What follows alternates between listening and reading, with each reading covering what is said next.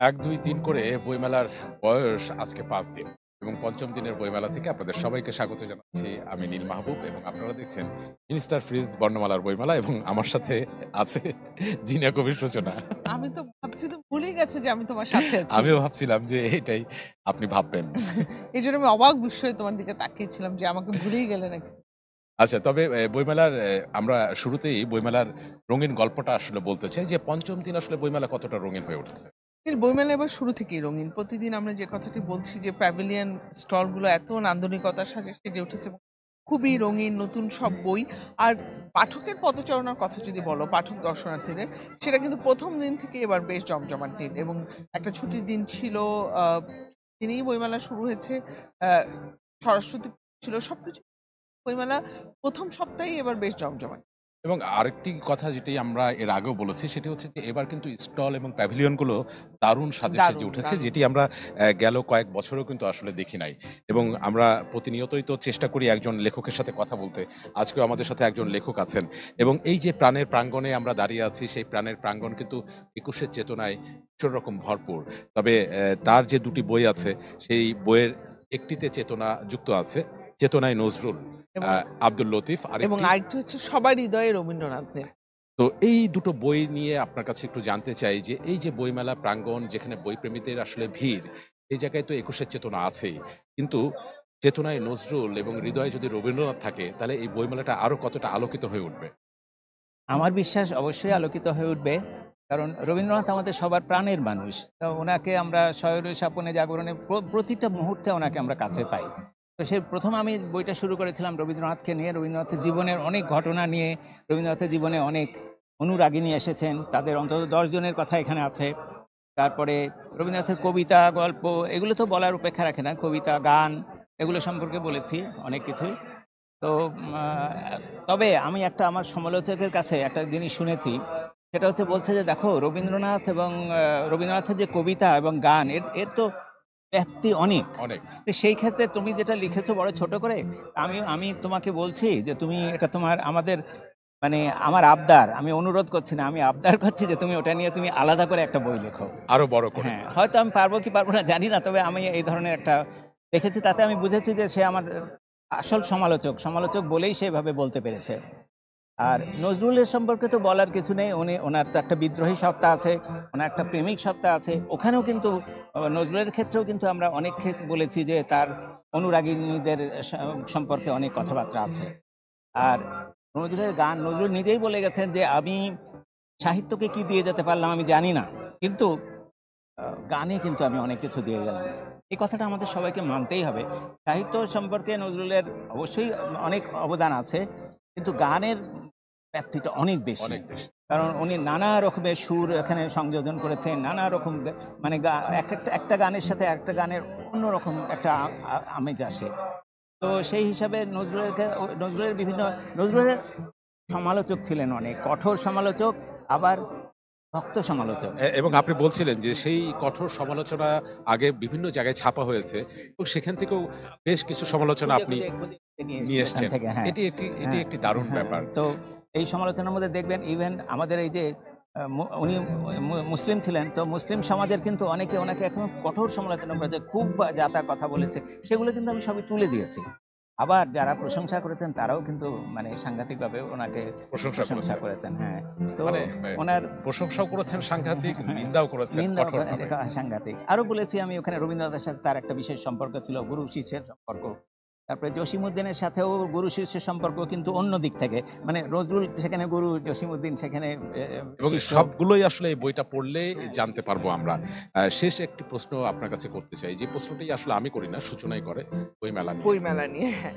আমি একটু জানতে চাই যে এই যে মানে বইমেলার রংটা এখন অনুভূতিতে কতটা নাড়া দেয় এবং যখন আপনি পাঠক ছিলেন তখন এই দুইয়ের পার্থক্য? আজ থেকে না, আমার ছোটবেলা থেকে যখন শহীদ মিনারে ফুলটা দিয়ে বইমেলাতে আসতাম, তখন মনটা অন্যরকম হয়ে যেত। এবং সেখান থেকে আমাদের মানে বই কেনা, বই পড়া এবং বই কেনা, বই পড়ার আগ্রহটা কিন্তু আমার বাবা আমাকে দিয়ে গিয়েছিলেন। উনি আমাদেরকে পড়ার বইয়ের বাইরে প্রচুর বই কিনে দিতেন। তো সেখান থেকে আগ্রহ, এবং বইমেলায় আসলে তখন আমাদের বইয়ের দিকে ঝোঁক যায়, আমরা বই কিনি বেছে বেছে। আর এটা এখনো চলছে বইমেলা, এখনো ভালোই লাগছে সবকিছুই। ধন্যবাদ। আসলে নীল, বইমেলা সব সব সময় ভালো লাগে, সেটা তুমি পাঠক হিসেবে আসো কিংবা লেখক হিসেবে, বইমেলা তো বইমেলা। ধন্যবাদ আমাদের সাথে কথা বলার ধন্যবাদ জন্য। আপনাকে। ভালো থাকবেন। এবং আমরা আসলে যেটি বলছিলাম যে একজন লেখকের সাথে তো কথা হলো আমাদের। প্রকাশকের কাছেও আসলে জানতে চাই যে বইমেলা তো ৫ম দিন চলে এসেছে। আমাদের সাথে কে আছে? যদি তুমি একটু পরিচয় করিয়ে দাও। আমাদের আছে ইত্যাদি প্রকাশনী। প্রকাশনীর প্রকাশক আদিত্য অন্তর আছেন আমাদের সাথে, এবং আমার কাছে মনে হচ্ছিল একটা তাল গাছ। আচ্ছা যাই হোক, আদিত্য ভাই আপনার কাছে জানতে চাই, বইমেলা তো হাঁটি, হাঁটি পা করে ৫ম দিনে এসে পড়ল। এবং শুরু থেকে আমরা দেখতে পাচ্ছি যে পাঠকের ভিড় কিন্তু এই বইমেলা প্রাঙ্গণে আছে, যেটি আসলে গেল কয়েক বছরেও শুরুতে এরকম দেখা যায়নি। বিকিকিনির গল্পটা আসলে কেমন? যদিও শুরুর দিকে বিকিকিনির গল্পটা সেরকম থাকে না। আসলে বইমেলা তো হচ্ছে বাঙালির সংস্কৃতির একটা বড় অংশ দখল করে আছে। আর আমরা আসলে বাঙালিরা মূলত একটু আবেগপ্রবণ, সেটা আমরা সবাই জানি, সবাই বলি। তো সেই দিক থেকে আমার কাছে মনে হয় যে সারাটা বছরই অপেক্ষা করেন আসলে কখন বইমেলা আসবে, বইমেলাতে আসবেন। এই কারণে আমার মনে হয় যে শুরু থেকেই হচ্ছে দর্শনার্থীর সংখ্যা অনেক বেশি। কিন্তু ক্রেতার কথা যদি বলি তাহলে হচ্ছে এখনো আসলে এভাবে বিক্রিটা শুরু হয়নি। এটা আসলে নতুন কোনো কিছু না। প্রতি বছরই হচ্ছে মেলার শুরুর দিকে প্রচুর লোক সমাগম হয়। পরের দিকে একটু, একটু কমতে থাকে কিন্তু বিক্রি বাড়তে থাকে। কারণ পাঠকরা আসেন, বইয়ের তথ্য সংগ্রহ করেন, ক্যাটালগ সংগ্রহ করেন, তারপর নিজেদের মতো বাছাই করে পরে এসে বই কিনে। তো দর্শনার্থী যদি বেশি আসেন মেলার শুরুর দিকে, পরের দিকে আসলে বিক্রিটা বাড়বে। এখন বিক্রি কম হলেও আসলে সমস্যা খুব একটা হওয়ার কথা না। আচ্ছা, এবছর আমরা দেখেছি যে তুলনামূলকভাবে নতুন বই, সব প্রকাশনের ক্ষেত্রেই নতুন বই প্রকাশের সংখ্যাটা কম। একজন প্রকাশক হিসেবে আপনি কি বলবেন?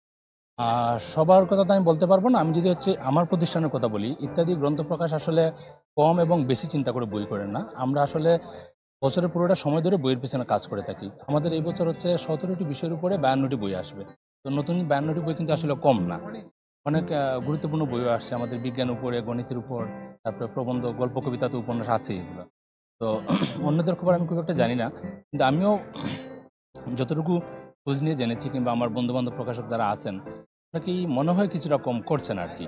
তো অন্যান্য বছরগুলোতে যেহেতু শুরুর দিকেই মেলা জমে উঠছে, আমার ধারণা হয়তো ১৫ তারিখ পরে অনেক নতুন বই আসতেও পারে। এবং এবার বইমেলার যে চিত্রটা, যে রূপটা আসলে আমরা দেখছি, সেটি অনেকটা আসলে আমাদের কাছে রূপকথার মতোই। কারণ এবার কিন্তু বইমেলার স্টল এবং প্যাভিলিয়ন গুলো কিন্তু ভিন্ন সাজে, ভিন্ন নান্দনিকতায় এসেছে। যেটি হয়তো আপনার চোখেও পড়েছে। আপনার চোখে আসলে কি পড়েছে সেটা আমাদেরকে যদি জানান। আসলে খুব বেশি যে পরিবর্তন আসছে আমি সেটা বলব না। কারণ হচ্ছে আমাদের স্পেস তো খুব কম এবং নতুন, নতুন অনেক প্রকাশকও আসছেন। সেই হিসাবে চাইলেও একজন প্রকাশক তার চাহিদা মতো আসলে আ স্থান বরাদ্দ পান না, অনেক ক্ষেত্রেই হয় না। তো আমরা আসলে ২০ ফিট ইউনিটের হচ্ছে প্যাভিলিয়ন করে থেকে আমরা আমাদের জায়গা থেকে চেষ্টা করি সবসময় একটা নান্দনিক স্টল উপহার দেওয়ার। কারণ হচ্ছে মেলা হচ্ছে বড় একটা ব্র্যান্ডিং এর জায়গা। পাঠকরা হচ্ছে সারা বছর হয়তো আমাদের ওইভাবে ধারে কাছে আসতে পারেন না। কিন্তু মেলাকে কেন্দ্র করেই আসেন।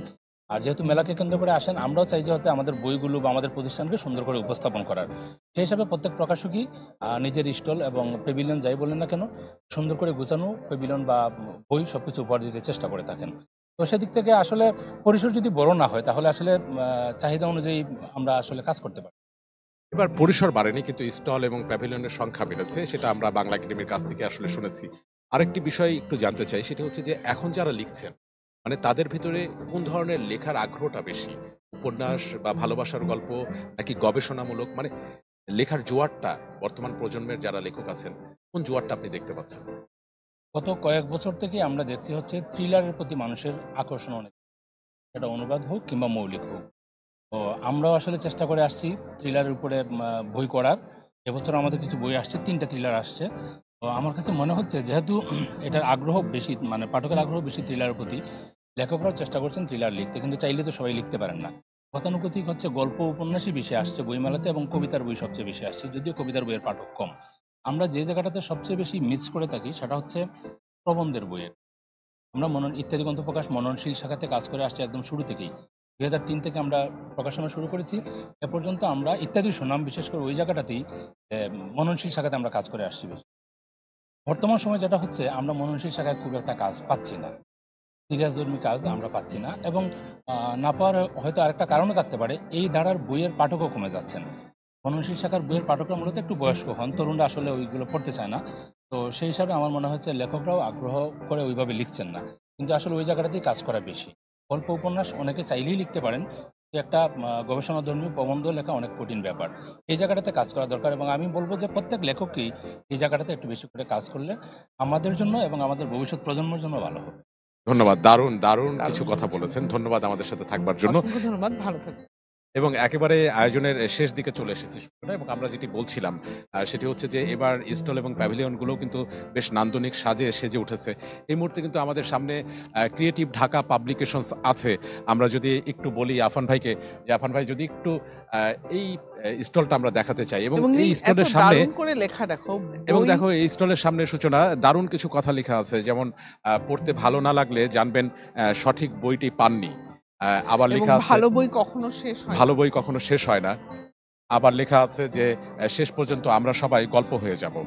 দারুণ কিছু কথা এবং সেই কথাই কিন্তু বই আমার বই আত্মার অক্সিজেন। বই আত্মার অক্সিজেন। এবং বইগুলো কিন্তু আছে, বইগুলো রাখা আছে, মানে সবকিছু মিলেই এবং কিন্তু নীল, এই যে ক্রিয়েটিভ ঢাকার কথা তুমি বললে, অধিকাংশ প্যাভিলিয়ন গুলো, স্টল গুলো কিন্তু এবার একটি মেসেজ দেওয়ার চেষ্টা করেছে। এটা কিন্তু একটা দারুণ ব্যাপার নিয়ে। প্রতিটা প্যাভিলিয়ন স্টল গুলোর মধ্যে শুধু নান্দনিকতা না, কোনো কোনো মেসেজ আছে। অবশ্যই সবকিছু মিলে কিন্তু আমরা একদম আয়োজনের শেষ পর্যায়ে চলে এসেছি। মানে বইমেলায় কিন্তু দারুণ সব গল্প থাকে, সব গল্প খুব অল্প সময় কিন্তু আসলে বলে ফেলা যায় না। এই জন্য 28টি দিন আছে। আমরা প্রতিদিন অল্প অল্প করে একটু একটু করে কিন্তু প্রতিটি গল্পই আসলে বলার চেষ্টা করব। হয়তো তার মধ্যেও কিছু বাকি থেকে যাবে, হয়তো বা যে গল্পগুলো আমাদেরও চোখে পড়বে না।